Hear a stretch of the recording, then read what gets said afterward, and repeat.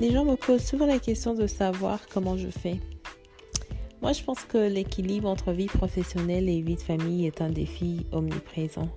Parce que si vous êtes un parent qui travaille, ou peut-être vous êtes un nouveau parent, ou peut-être encore que vous venez d'être relocalisé, et qu'en même temps vous devez être entrepreneur, médecin, avocat, enseignant, comptable. Bref, vous voyez ce que je veux dire? Je pense que le défi s'intensifie encore plus avec tout ça. Coucou, c'est Nancy avec les filles on en parle. Aujourd'hui, je parle avec Nadie, que ses amis appellent Dina, qui est avocate indépendante et maman de 3 adorables petits-enfants qui nous explique comment ça s'est passé pour elle et comment elle fait pour balancer. Coucou Nadie, ça va? Ça va et toi? Oui, ça va. Alors, tu es prête? On y va? On y va. Ok.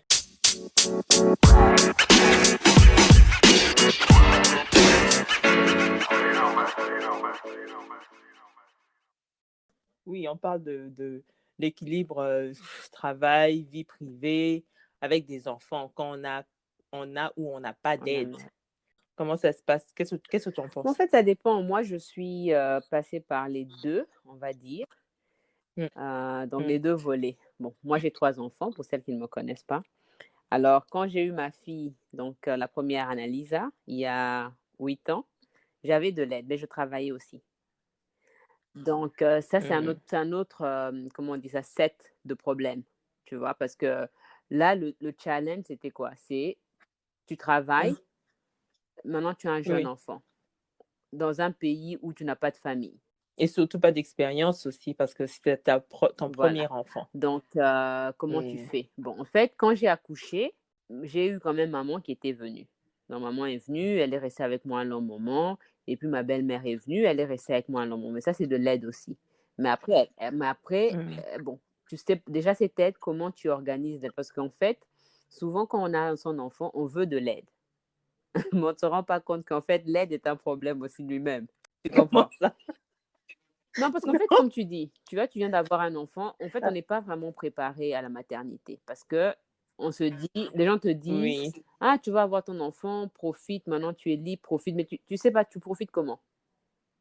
Qu'est-ce que tu fais exactement? On vous donne des cours. Nous, on a pris des cours de préparation à la maternité, mais on a pris des cours qui nous expliquaient la mécanique médicale aux États-Unis. Tu vois, comment ça se passe, l'admission à l'hôpital. Et puis, à l'hôpital, on t'explique un tout petit peu comment allaiter, ce genre de choses. Mais ça, c'est des cours que tu as. Mais la vie elle-même avec l'enfant, il n'y a pas de cours pour ça. C'est vraiment la mécanique. Donc, qu'est-ce qui se passe à l'hôpital? Qui va t'accoucher? Quel médicament va te donner? Nous, c'était plutôt ça. Mais l'histoire, par exemple, de l'aide, comment tu organises l'aide? Qu'est-ce que tu attends de ton aide? Personne ne te parle de ça. Tu te dis, bon, maman va venir. Mais maman va venir, elle va faire quoi exactement? Tu vois, tu sais pas. Et elle va habiter ton espace. J'allais même dire, Dieu que toi, au moins tu as pris des cours. Moi, je suis allée cochon. Sans savoir. Ngulu, ngulu, en Oui. lingala. Et en fait, les cours, tu les prends parce qu'on te dit qu'il faut prendre des cours. Tu sais même pas à quoi t'attendre. En fait, ce qui s'est passé pour moi, si je me rappelle bien, c'est que je pense que chez le pédiatre, ils font des pubs. Tu vois, quand ils t'envoient des emails, quand tu es inscrite, parce que la première chose, c'est qu'on te dit, je sais même pas si c'est le médecin, le gynécologue qui t'en parle, il faut chercher un pédiatre parce que quand tu sors de là, de la maternité, tu dois emmener l'enfant chez le pédiatre. Donc, tu cherches un pédiatre et le pédiatre, dans son processus de marketing, ils t'envoient des emails pour dire ils ont des cours d'accouchement. Bon, tu vas juste voir à quoi tu t'enregistres. Tu ne sais pas à quoi t'attendre, en fait. Mais comme je dis, ça, c'est vraiment une portion de choses. Maintenant, l'aide en elle-même, en fait, on ne t'explique pas, par exemple, voilà, comme je dis, tu auras quelqu'un qui va envahir ton espace, qui est un espace modifié. Parce que maintenant, c'est un espace de maman. Donc, qu'est-ce que ta maman va faire les nuits? Est-ce qu'elle va faire les jours? Est-ce qu'elle va cuisiner? Tout ça, tu apprends sur le tas. Donc, c'est un problème aussi parce que parfois, en fait, il y a 2 mentalités ou 3, si tu as un conjoint, qui vont clasher. Parce que Oui, vous habitez dans le même vous habitez dans le même espace. espace, mais aussi, elle vient avec sa mentalité, par exemple, de comment tu peux faire les choses. Tu vois? Comment il faut faire ça, il ne faut pas faire ça. Ou parfois, dans le cas de maman, elle-même ne savait plus ce qu'il fallait faire. Les enfants déjà Exact. grandis. Ok, comment on fait ça? Vas-y. Elle aussi, je ne me rappelle plus. Mais maman, tu sers à quoi? Tu vois un peu. Donc ça, c'est un problème. Bon, elle vient avec sa façon et puis finalement, bon, tant bien que mal, comme on dit, vous arrivez à trouver un certain équilibre, un certain entendement. Bon, tu te rends compte qu'en fait, ça ne sert à rien, par exemple, que tout le monde soit éveillé au même moment, tu vois. Parce que l'enfant, quand elle arrive, vous revenez de la maternité, tout le monde est en train de vouloir porter l'enfant. Mais on oublie qu'il y a toute la nuit qui va arriver, tu vois. Donc ça c'est un des aspects. Après, bon, ma belle-mère était venue. C'est la même chose qui se répète, en fait, mais avec parce que là, tu as une nouvelle personne qui arrive, qui a aussi son mode de fonctionnement qui peut aussi être différent. Et puis après, bon, aux États-Unis, Oui. comme tu le sais, ici, c'est un problème de coût. Donc moi, je travaillais à l'époque, plein temps, donc en dehors de la maison. Ça, c'était pré-Covid, pré-tout. Maintenant, qu'est-ce que tu fais? Est-ce que tu cherches une nounou ou bien tu vas à la crèche? Tu vois? Et tout ça sont des préparations, en fait, personne ne t'en parle parce que, bon, soit des gens sont mamans, certes, mais peut-être que les gens ne sont pas mamans dans le même pays que toi ou dans la même ville que toi. Donc, c'est vraiment un apprentissage qui se fait difficilement. Bon, bref, ça, c'est un des problèmes. Après, moi, j'ai commencé, j'ai tout fait, en fait, moi. Donc, j'ai eu les mamans, maman, belle-mère.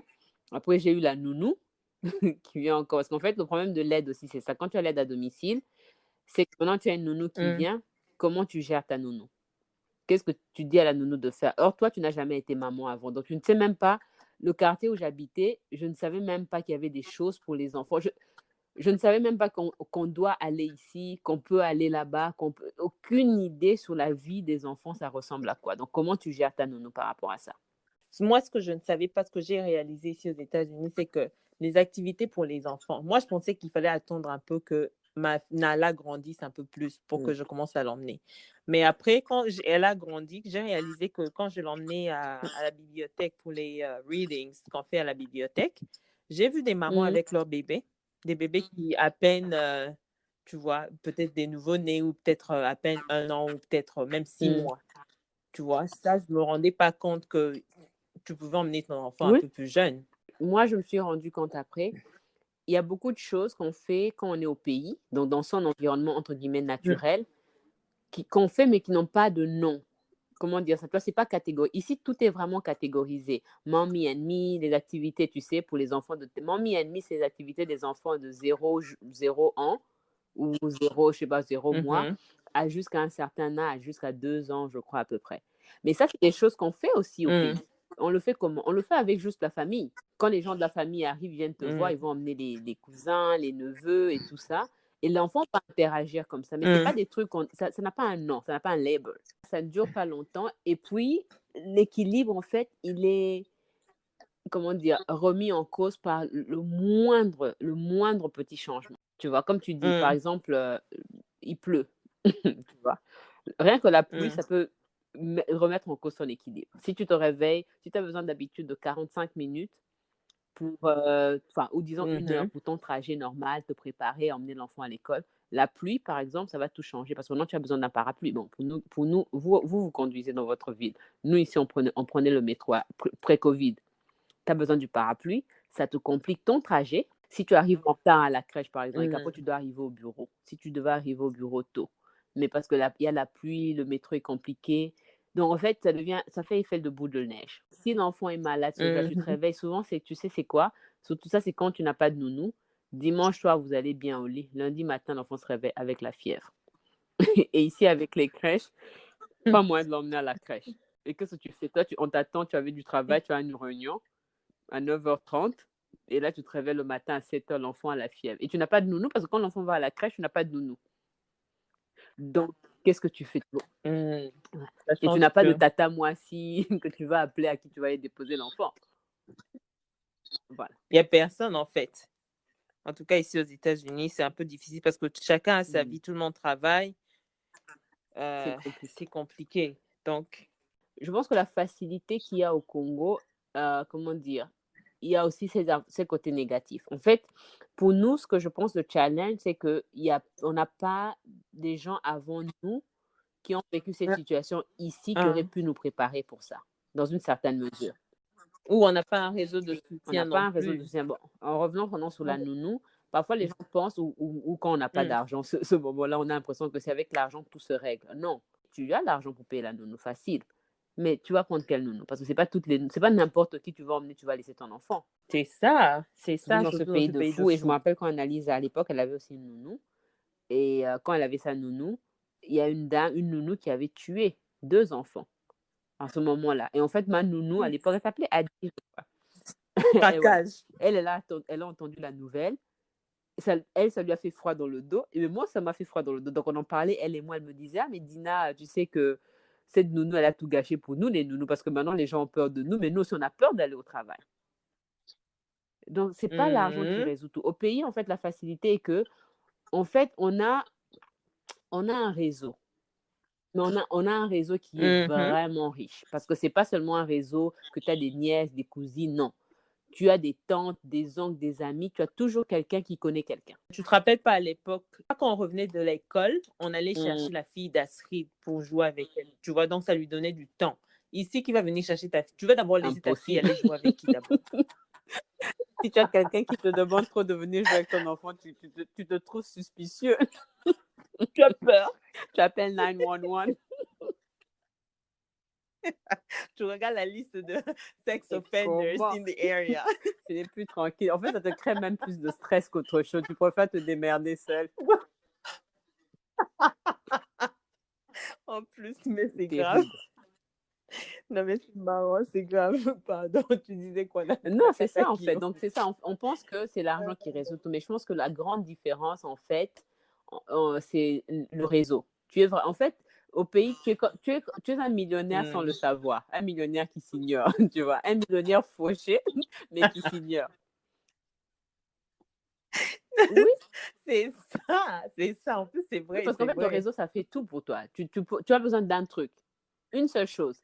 Tout ce que tu fais un message et puis le message est répercuté genre 1000 fois. Et puis tu as la réponse. Ici, non. Ici, tu dois passer toute la journée à faire les recherches toute seule. On a encore Internet, c'est ça. Ici, il n'y a que toi. Vraiment, tes recherches sur Internet, ton porte-monnaie. C'est ça. Pardon. Donc, moi, en fait, c'est ce que je retiens. C'est qu'en fait, la balance, on parle souvent de ça, même au travail, les femmes, tu sais, de regarder comment les autres mamans font, work-life balance. Et en fait, tu réalises, enfin, ça, c'est ma réalisation, ce qui me concerne, que la balance, elle peut exister, mais elle n'existe qu'un temps et elle doit tout le temps être réinventée. Parce que la routine que tu as, par exemple, moi, par exemple, la routine que j'ai pendant l'année scolaire ou une semaine scolaire, c'est pas la même routine et c'est pas la même balance que j'ai pendant les vacances. C'est un autre truc qui s'invente. Pendant les vacances, ça dépend, vacances d'une semaine, vacances d'été qui durent 2 mois. Ça, c'est encore un autre set de problèmes, de challenges. Ou la routine que tu as quand l'enfant est malade. Et moi, dans le cas, bon, tu vois, si je suis seule, quand tu dis entre guillemets sans aide, parce que tu peux avoir maman qui visite ou quelqu'un qui visite, ça devient encore un autre problème, ou tu peux ne pas avoir cette personne-là. Enfin bref, c'est quelque chose qui se répète tout le temps. Après, comment tu maintiens cet équilibre, ça c'est encore un autre problème. Pour moi, je pense, moi je suis quelqu'un d'un peu, car je ne peux pas vivre sans la planification.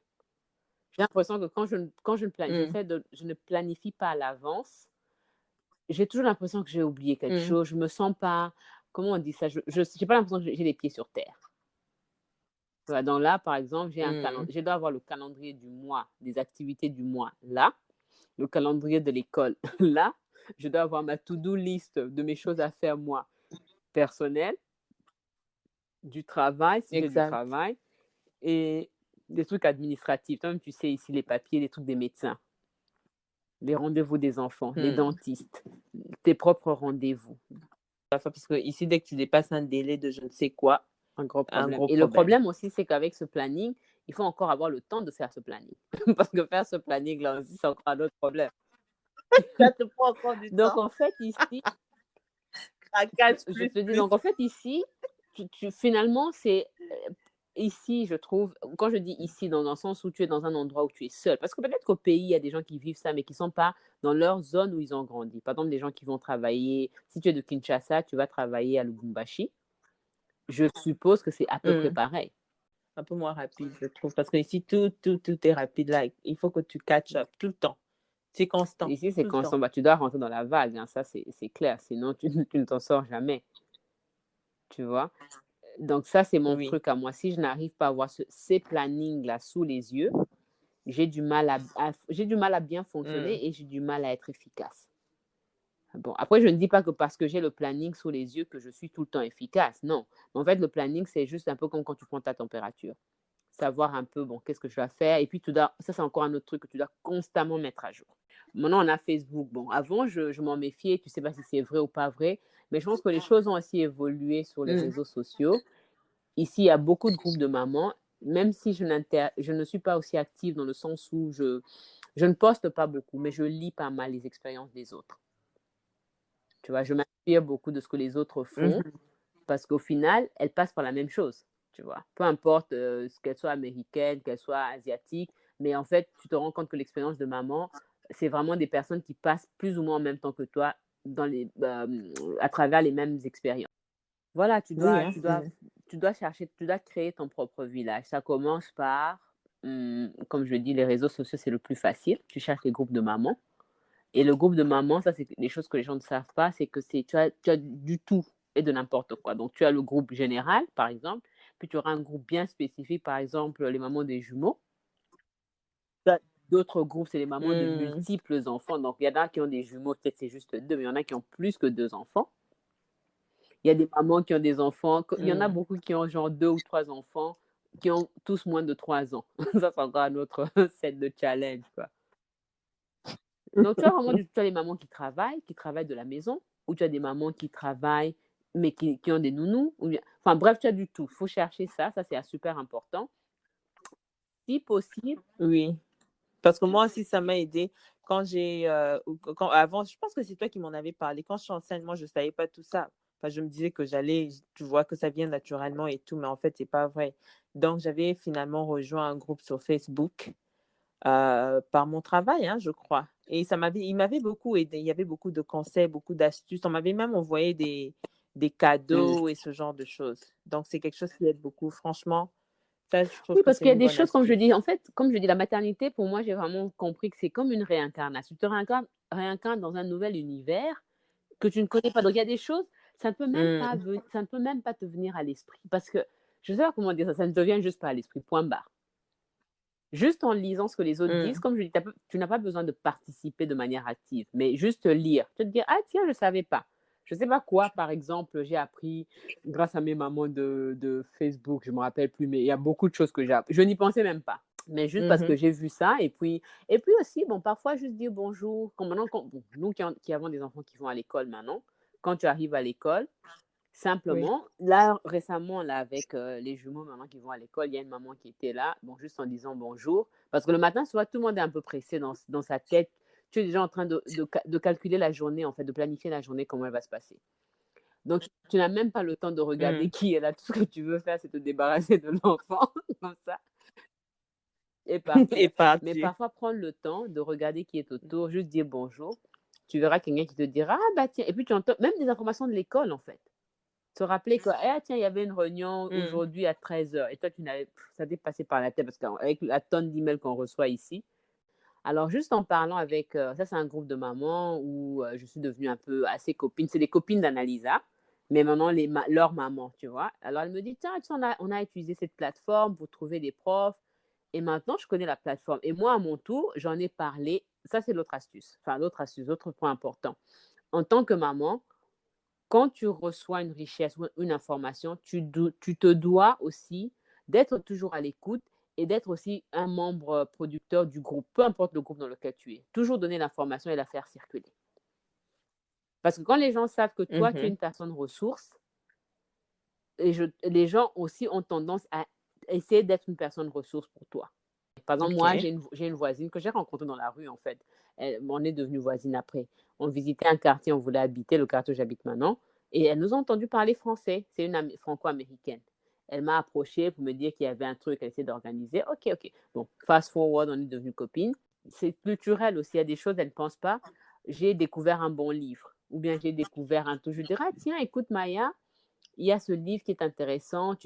Et elle, en fait, parce qu'elle s'est rendue compte que, bah, tiens, elle m'a parlé d'une information utile, elle m'enverra un lien. Là, elle m'a envoyé. Tu vois les liens que je vous ai envoyés sur les films francophones? Et ben, c'est elle qui m'a envoyé ça. Parce qu'en fait, Oui. elle se rend compte que quand moi j'ai quelque chose, une information, je partage toujours avec elle. Et donc, elle aussi, parce qu'elle a eu une information, elle a aussi tendance à. Et donc, tu vas te rendre compte que tu as plein de choses que tu connais, Mais c'est parce que toi, tu as fait la recherche et que tu l'as trouvé. Mais c'est d'autres personnes qui sont devenues des personnes ressources pour toi, qui ont fini par trouver l'information et qui te mettent toujours dans le... Enfin, qui te tiennent au courant, quoi. Et tu n'es pas vraiment déconnecté parce que c'est quelqu'un... Il y aura toujours quelqu'un qui va revenir avec l'information pour toi. Moi, avant de devenir maman, il y a des choses à quoi je ne pensais pas nécessairement, même si c'est quelque chose une information, quelque chose à laquelle j'avais accès, mais je n'y pensais pas exactement de la même manière que j'y pense maintenant. Bien sûr. Tu comprends ce que je veux dire? Ça ne m'impactait pas de la même manière, donc ça ne me disait pas grand-chose. Oui, je pense que quand tu deviens maman, il y a des radars naturels comme des antennes. Tu vois, un magasin devant lequel tu passais 20 000 fois d'enfants, ça n'attirait même pas ton regard. Et puis, tu sais, hein, il y a des gens, même aujourd'hui, il y a des gens qui me disent, bon, il faut dire aussi que je suis coupable parce que je pensais exactement pareil avant que j'ai des enfants. Et aujourd'hui, les gens me disent ça. Mais ce n'est pas parce que tu as des enfants que ta vie doit changer, que tu dois plus faire ci, que tu dois plus faire ça, sans que tu le veuilles. Quand tu as des enfants, quand tu as un enfant, je pense que ça, tu vois, ça, je ne suis pas d'accord. Non, je ne suis pas d'accord quand les gens te disent... Ah bon? C'est vrai qu'en fait, il y a ce, comment on dit, ce dicton, enfin, cette façon de dire. Les gens disent que en fait, c'est l'enfant qui rentre dans ta vie. Donc, en fait, l'enfant s'adapte dans la vie. Oui, mais comme je dis, en fait, la vie que tu as... C'est un peu comme avec le Covid. On dit, on va revenir à la normale. Mais c'est quoi la normale? Tu comprends? Pour moi, je pense que quand tu deviens parent, en fait, c'est plus Nancy en 1900, je ne sais pas combien. Tu vois? Tu deviens une autre version de toi-même. Parce que comme tu dis, par exemple, bien sûr, mais tu changes parce qu'en fait, la alors. sensibilité que tu avais. Non, quand les gens te disent, là où je ne suis pas d'accord, c'est que les gens te disent, c'est pas parce que tu es devenue maman que tu ne peux plus faire ça ou que tu ne dois plus faire ça. Il y a des choses naturellement que tu ne vas plus faire parce qu'en fait, ton rôle de maman change. Moi, je me suis rendu compte, enfin, avec la réflexion, évidemment, elle évolue, hein, comme on a dit tout à l'heure, c'est qu'en fait, c'est un rôle qui évolue. Je me suis rendu compte, en fait, en tant que maman, il y a des choses que je ne vais plus faire de manière naturelle et en fait que je ne dois plus faire parce qu'en tant que parent, c'est quand même une grosse responsabilité. Je me dis, c'est tellement overwhelming parce qu'en fait, si tu y penses bien, bon, peut-être que là, j'exagère, je suis un peu trop spirituelle. Je me dis, être parent, c'est un peu comme être un dieu. Et je me dis, c'est une responsabilité qui est tellement forte. C'est pour ça que c'est overwhelming. Je me dis, parfois, c'est comme si tu es un nouveau conducteur. Tu viens d'avoir ton permis. Tu n'as jamais conduit dans ta vie. OK? Donc, tu fais tes cours de conduite. Tu te dis, OK, d'accord, je sais, c'est facile, tu veux bouger une voiture. Tu termines, on te donne ton permis. Et tout de suite, on te donne un job en tant que chauffeur de bus ou de semi-remorque et tu dois conduire sur le highway. Attends, il faut bien préciser, parce que le highway américain et le highway que j'ai connu avant, au Congo, c'est deux choses différentes. Ils n'ont pas de highway. La nationale, ça, c'est pas un highway. Ça, c'est la route de la mort. Attends, parce que c'est considéré highway. Tu sais, en fait, tu sais quoi? Pendant que tu parles de ça, j'ai pensé, quand je suis arrivée aux États-Unis, j'ai jamais conduit aux États-Unis, mais au Congo, je conduisais, tu vois. Je pensais que j'étais gang. Quand j'ai pris la voiture pour la première fois, j'ai fait le highway. Direct, je suis sortie sur la prochaine exit. Parce que c'est, hein? Tu as l'impression que les voitures sont en train de venir t'attaquer. Parce qu'on roule tellement vite. C'est impossible. Donc, ça m'a pris du temps pour une personne qui a conduit quand même pendant longtemps au Congo, arriver ici. Donc, il faut préciser les highways. Tes 500, même ton 6e en alerte. Parabolique qui sort autour de la voiture. Vraiment. Et au lieu de faire attention où tu avances, c'est bizarre. Hein? Tu fais attention à toutes les voitures qui sont derrière. En fait, ces voitures roulent tellement vite donc ils avancent. Je pense c'est combien? 130 km à l'heure. Donc ils avancent, tu as vraiment l'impression qu'ils arrivent pour toi. They're gonna get you. Voilà. Et donc, c'est ça, en fait. Être parent, c'est comme ça. Donc, on arrive, tu te dis, voilà, j'ai mon permis. Tu te dis, yeah, I got this one. Et puis, on te donne semi-remorque ou bien bus avec pas de passagers, highway directement. Tu te dis, oh my goodness. Tu ne sais pas quoi. Et il n'y a pas de stop. Hein. There's no going back. Tu vois un peu. Moi, j'adore, en fait. Je pense que j'avais mis ça. Je sais pas, parce que j'envoie souvent à des copines pour leur faire. Et tu sais, tu as cette dame qui va aux toilettes, tu as les enfants, elle est aux toilettes, tu as les 2 enfants qui la regardent yeux dans les yeux, Et tu as le chat aussi qui la regarde ou le chien. Bref, tu te dis merde. Et tu te dis, I Vraiment, didn't sign up c'est for ça. this. Vraiment, c'est pour ça qu'il faut créer de Hein? boundaries. Mais ça, et comme je dis ça, et c'est pour ça en fait, et Hein? c'est ça le truc, c'est là où je suis pas d'accord, je disais. Et les gens veulent te faire quoi? Pendant que tu es en train de vivre ça, tu dois aussi worry, tu dois t'inquiéter de ce qui se passe à côté, genre les copines, genre les coworkers qui doivent aller boire un verre. Ça dépend du travail que tu fais, mais tu vois, genre moi, quand j'ai eu Analyse au départ, donc j'ai changé mon horaire. Bon, l'avantage que j'avais, c'est que comme je travaillais avec une entreprise qui était du Congo, les horaires faisaient que je pouvais adapter mes horaires. Parce que comme on a 6 heures d'écart, 5-6 heures, donc moi qui travaillais avec 100 heures, donc je commençais le travail vers 9h, 9h30, et puis je finissais parfois à minuit, parfois à 1h du matin, parfois à 2h du matin. Quand l'enfant est arrivé et qu'il y avait la crèche, et que la crèche, quand tu viens en retard, c'est $1 par minute, tu deviens discipliné.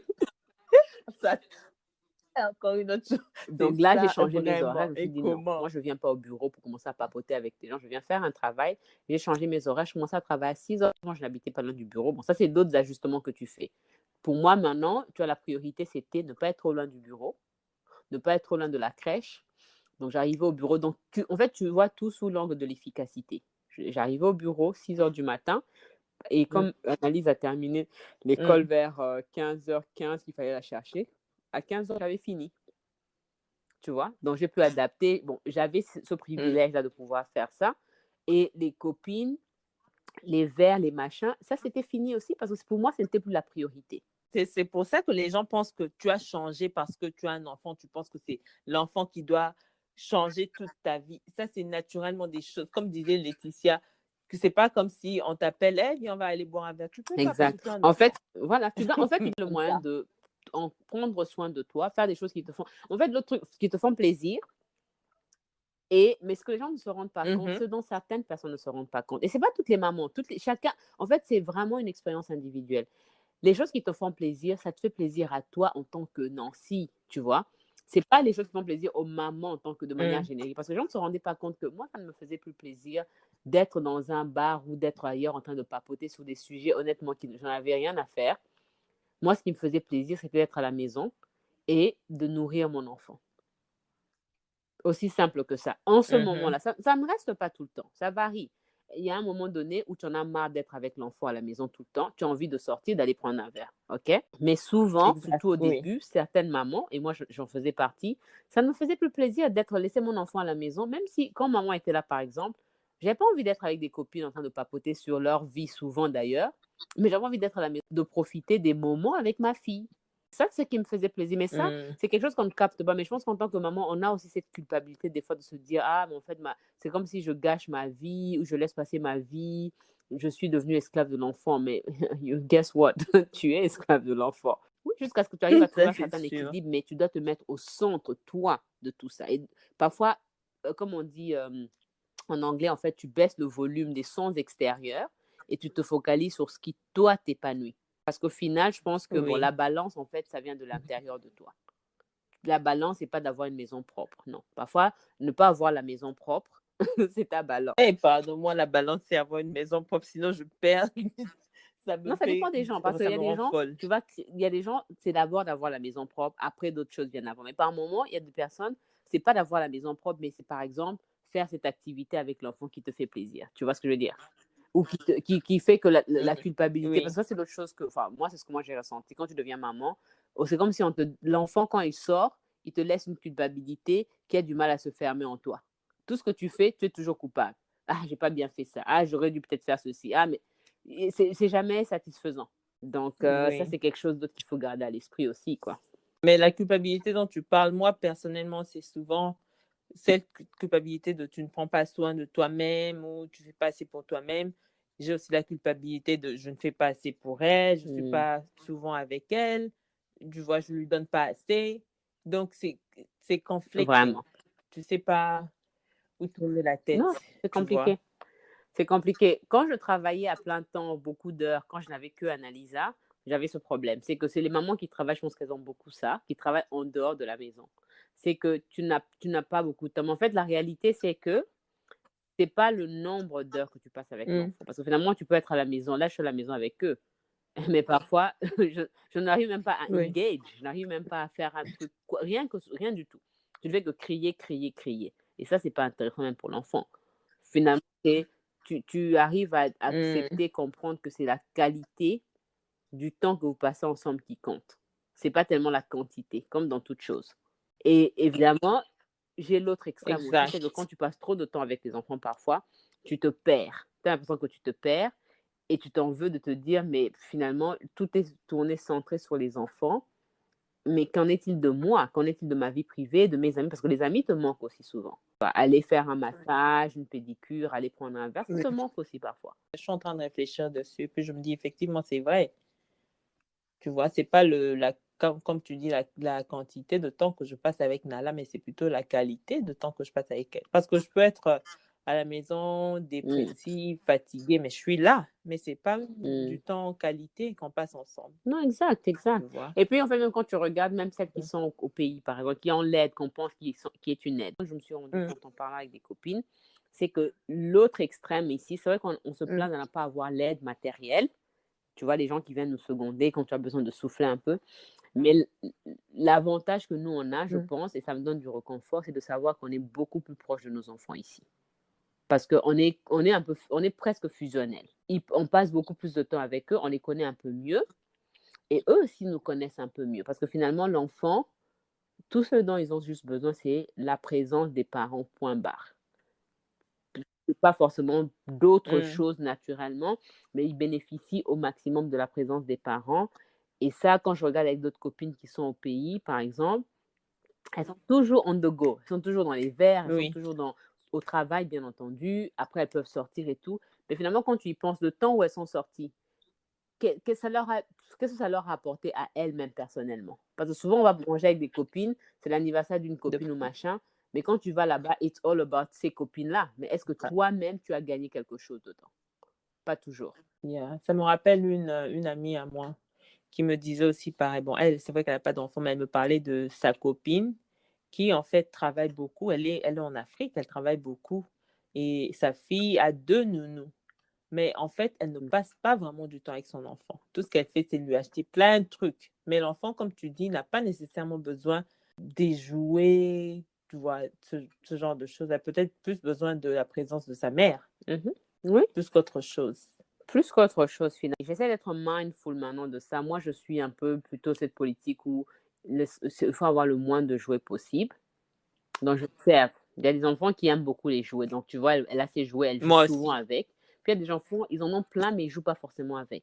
Et donc, j'essaie d'en donner moins de ce Exact. côté-là pour essayer aussi de laisser l'enfant, parfois, entre guillemets, seul avec lui-même. Parce que je me dis, ça, c'est un problème qu'on a. Enfin, moi, j'ai souffert de ça dans le sens où on venait d'un pays où on avait justement ce réseau-là, mais on s'est retrouvé dans d'autres pays. Parce qu'avant, moi, je suis en France sans ce réseau-là. Et c'est compliqué. Parce que maintenant, tu es toujours habitué en fait à ce que tes besoins soient remplis par d'autres personnes ou tes besoins soient accomplis par d'autres personnes. Comme je disais, par exemple, l'histoire de tu as besoin de quelque chose, tu en parles à une personne qui va aller répercuter ça à une autre qui va répercuter à une autre. Finalement, le travail est fait pour toi. Mais je suis arrivée dans un système où je devais faire tout le travail moi-même. Heureusement que j'avais une nature assez indépendante, j'ai pu retrouver un certain équilibre. Mais tu imagines, si tu n'as pas vraiment cette nature-là, tu vas beaucoup souffrir du fait que tu te retrouves tout seul. Et cette histoire, je veux revenir un peu à ce que tu as dit sur les jouets. Moi, avec Nala, pardon. Je vais lancer un avis à tout le monde. Les cadeaux, les jouets, pardon, il faut arrêter. On envoie des Lego, des trucs. L'enfant va jouer avec, Nala va jouer avec pendant peut-être une journée. Et puis après, ce sera partout par terre. Moi, je déteste le désordre. Tu vas commencer à piétiner les Lego à gauche, à droite. Ça, c'est vraiment pas mon truc. Maintenant, ce que je fais avec elle, tout ce que je lui achète, c'est des livres. Et puis, elle aime bien les histoires, elle aime bien les livres, tu vois, ce genre de choses. C'est tout, je m'arrête là. Parce que après, et puis, après, je ne sais même pas jouer avec elle. Mais avec tu sais, en fait, que quand tu dis ça m'a rappelé Annalisa, en fait, c'était la même chose. Annalisa, bon, avec plein d'amis, elle a toujours eu beaucoup d'amis parce qu'elle est souvent allée à la crèche. Donc, la crèche, c'est quoi? C'est genre 15 enfants par classe. Finalement, quand tu fais un anniversaire, si tu invites les 15 et que les 15 au moins 10 viennent, c'est 10 jouets au minimum. Et comme tu dis, c'est des jouets parfois. Bon, elles peuvent jouer avec seuls, mais souvent les enfants, c'est à partir de 6-7 ans qu'ils peuvent jouer seuls. Souvent, les enfants ne jouent pas avec les jouets seuls. Ils doivent jouer avec toi. Et quand elle a eu, je pense que c'était pour son 6e anniversaire, donc avec l'arrivée des jumeaux, la place se réduit à la maison et tu te rends compte que, oh my goodness, on a tous ces trucs, des jeux de société. J'aurais jamais le temps de jouer avec. C'est devenu une pile. L'année d'après, tu te dis, ah, on va faire l'anniversaire, mais on n'a même pas encore ouvert les jouets de l'année passée. Certains jouets, on va en avoir. Et moi, ce que j'ai fait, j'ai changé. Je lui ai parlé, elle avait 6 ou 7 ans. En lui disant, écoute, on n'a pas besoin de tous ces jouets parce que je peux t'acheter quelque chose, on peut jouer avec. Pourquoi pas donner à d'autres enfants? Et c'est pour ça qu'on a fait maintenant une tradition, c'est qu'on essaie de donner à des charités. Tu vois, au lieu que les gens nous donnent à nous, donner à d'autres enfants. Très bonne façon. En fait, c'est comme si c'est elle qui donnait parce qu'en fait, on ne va pas dire sacrifier, c'est un gros mot, mais en fait, je lui explique que tu ne sacrifies pas ton anniversaire ou tes cadeaux, mais en fait, tu partages le privilège que tu as d'avoir des gens qui peuvent te donner de cadeaux avec d'autres personnes, des choses beaucoup plus utiles. Et je pense que ces souvenirs-là, ça fait partie aussi de ce que moi j'offre à ma fille ou à mes enfants. Ça s'appelle la charité que tu avais fait pour l'anniversaire d'Annalisa. Tu t'es en fait enregistré dans une charité. Voilà, en fait, l'organisation c'est de l'ONG. L'ONG, en fait, la première, je connaissais ça parce que je suivais ça sur Instagram. Je voyais ce qu'ils faisaient, j'aimais bien déjà. C'est quelque chose que je suivais déjà. Et en fait, en me disant, bon, qu'est-ce que je vais faire? Je ne sais plus. Tu sais quoi? Je pense même que l'idée est venue d'une autre maman, en parlant de groupe de mamans.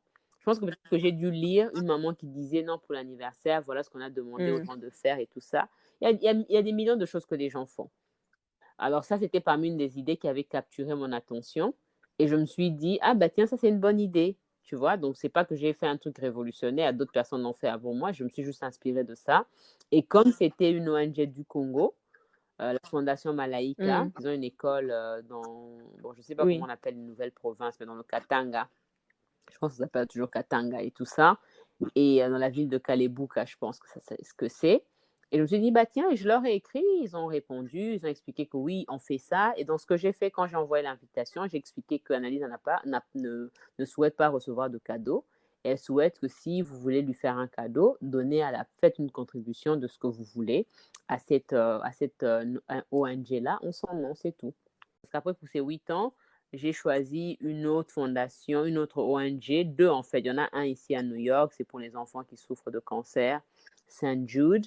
Et puis une deuxième qui fait aussi un peu, pas comme Malaika, mais qui fait un peu en Éthiopie, un peu le même genre de choses.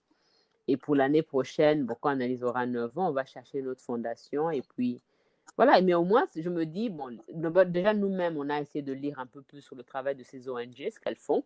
Donc ça, c'était pas mal, même Annalisa, de voir d'autres filles du Congo qui vont à l'école et la cause est bonne. Et voilà quoi. Et même pour Saint Jude et même pour l'autre qui s'appelle l'Health Foundation. On a, juste pour comprendre un peu, pour voir. C'est une façon, en fait, ça accomplit 2 choses pour moi. Ça accomplit que, déjà, je n'étais pas encombrée de cadeaux inutiles. Et deuxièmement, ça m'a permis aussi de parler de Malaika, de parler du Katanga, Annalisa, parler du Congo et tout ça. Et puis voilà quoi. Merci beaucoup pour ta contribution. C'est un plaisir. Est-ce que tu veux parler de ton business? Je suis avocate. Avocate à New York, je suis francophone, ça c'est un peu spécifique. Sinon, il y a la page de ma fille, Annalisa, qui aime dessiner, qui s'appelle Mongol Art.